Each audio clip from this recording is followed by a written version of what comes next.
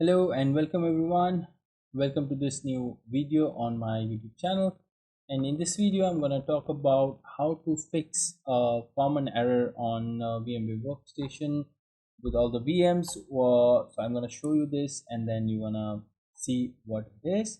So let's say I'm going to power on this virtual machine and it's going to throw me an error about the virtualized Intel VTX EPT is not supported on this platform. Continue with our virtualization Intel VTX EPT. When you say yes, the the VM doesn't start, and it's the case with all the VMs. It's not just one VM. All the VMs will be facing the same issue. Now there are a couple of things you need to do. First of all, in order to check what is the issue, you just need to run the CMD in the administrator mode, run as admin, and you specify this command, which is system info.exe. Okay, so as you can see here, it is clearly mentioning that it has detected a hypervisor features which is not disabled. That means, so in this case, if the hyper-v and which is a Windows Windows virtualization this software, it will not work along with the VMware workstation. So if Hyper-V is enabled, workstation will not work, and you have to disable this. Okay, that's one thing. And in order to workstation to work, you have other dependencies as well. So we'll go step by step and see if that is causing an issue to me. Now the first thing you need to do is to enable the virtualization in your BIOS. Now how to do it is you need to restart your system in the BIOS settings and enable the virtualization in your BIOS. Now the easiest way is to restart your system here. Along with pressing the shift key, you need to click on restart. It will go into the advanced mode, and in the advanced setting you have the option to go into the UEFI firmware settings and change the virtualization in the advanced settings to enable. That's one thing. Once you do that, you can also shut down your system and turn on and press the special key. It can be different depending on the vendor that the system belongs to. It can be F2, F10, escape, delete, whatever. You need to check with the vendor your device is coming from, right? Or you can just Google it for that particular model of the system that you have.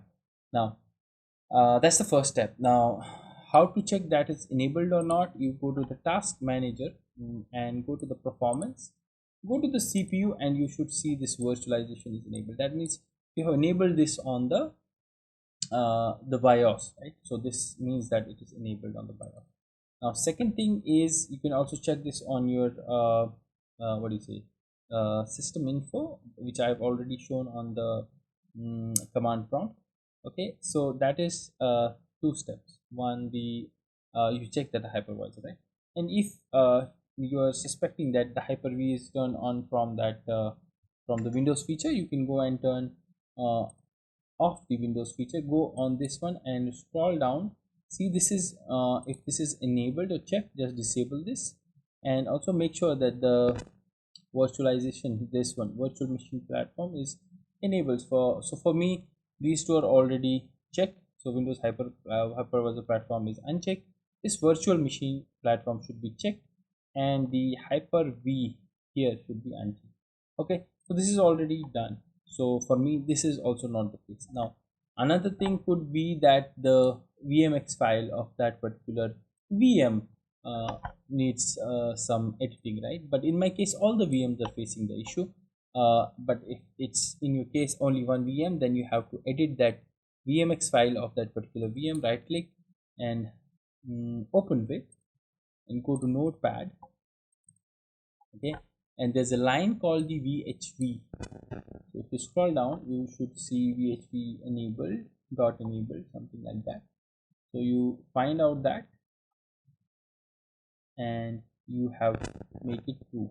Okay, so yeah, this one, VHV.enable true. So this is already true. So this is also not the case for me, because as I already told you, all my VMs are facing the same issue. So I'll not for me it's not the case. In case you can also check on this one. for yourself. Okay, so that is number 3. Point number 3. Point number 4 is that you need to basically disable, first of all, okay, first of all, on your VM also you have in the CPU, in the processor, if you should have this enabled. Okay, so that's also checked for me, so that's also not the case for me. Then you also have one thing which is called the core isolation in your security settings in Windows 11 specifically. So you can go here, and for me it's enabled, so I'll disable this. Okay, you need to disable this. Number 1, let's check again. Yeah, it's not still working. Yeah, after this also you need a reboot, so let's not reboot right now. I will come back to that. Now the main thing is, in the beginning when I went to the CMD, you saw that when I ran the system info .exe, you saw that it is showing the Hyper-V, right? It's still enabled. Hypervisor has been detected, right? So Hyper-V, this should not be enabled. So in this case, what you can do is couple of things you can do to disable from the command prompt.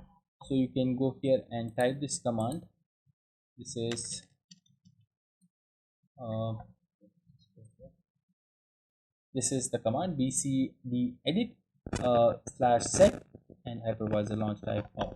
Okay, uh, this command can also disable the Hyper-V on the Windows, and this command will basically prevent the Hyper-V hypervisor from launching and boot. So you need to do this. Okay, access is denied. I think I am running this as administrator also. Yeah, so now you have to run this as an administrator, and you can see it is completed successfully. So that's one thing. Let's try this again, and this will not start. I think, yeah, it's still failing. Then there is one more thing that you need to do on the PowerShell. Again, run this as an administrator. Okay, you ran this as an administrator. Now this is your PowerShell.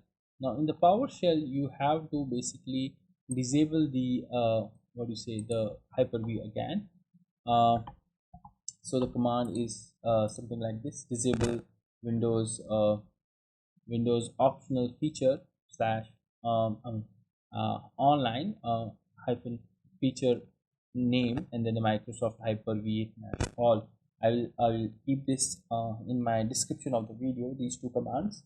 Okay, this is the command: disable windows optional feature dash online dash feature name Microsoft Hyper-V dash all.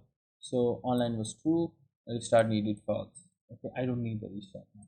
Let's try this once more.